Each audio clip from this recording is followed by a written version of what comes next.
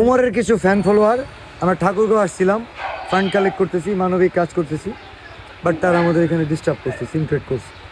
আমরা 22,000 টাকা তুলতে পারছি, এখানে হয়তো লাখখানিক টাকা বা আর 100 টাকা হলেও বেশি তোলা যায়। কথাগুলো শুনেন, অ্যান্ড উমর এটার মধ্যে মানুষের জড়িত। পাশে মানুষ হয়তো দাঁড়ায়, মানবতার কাজ করে, তার কিছু ফ্যান ফলোয়ারকে বলছে সেখানেও বাধা। যে বিলাল ভাই যাচ্ছে অথবা যাবে, ডিস্টার্ব করো যাতে কাজ না এগুলো করতে মূল পারে। উস্কানি দিছে জুয়েল। 24 ঘন্টার মধ্যে তারপরে ওমর ফলোয়ারদের দৃষ্টি আকর্ষণ করছি, ওরা কি করবে জানি না। এগুলো কোনো কথা? যদি এটা নিয়ে কথা না বলে মাফ যদি শেষ না পর্যন্ত চায়, দেখেন। ওর ফ্যান ফলোয়ার গাজীপুর ছাড়া বাকি 63 জেলায় উমর বয়কট।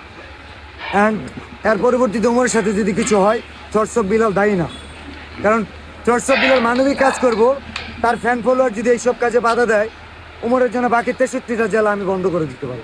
এটা লাস্ট ওয়ার্নিং উমর, এটা তোমার জন্য লাস্ট ওয়ার্নিং। বাকি 63 জেলা তুমি পা রাখতে পারবে না। তোমার ফ্যান ফলোয়ারদের এখনো সময় আছে, তুমি বলবো আগে তোমার মানুষ হওয়ার দরকার, তোমার আগে মানুষ হওয়ার দরকার, ঠিক আছে?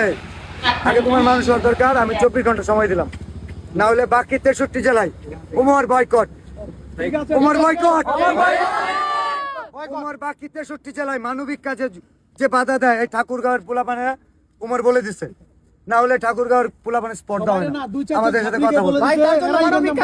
একজন যদি বলে আমার যদি কোনো ফ্যান ফলোয়ার মানবিক কাজে বাধা দেয়, সেটার দায় আমার নিতে হবে। উমর 24 ঘন্টার মধ্যে মাফ চাইবে, তার ফ্যান ফলোয়ার ঠাকুরগাঁওয়ের যে ঘটনা হয়েছে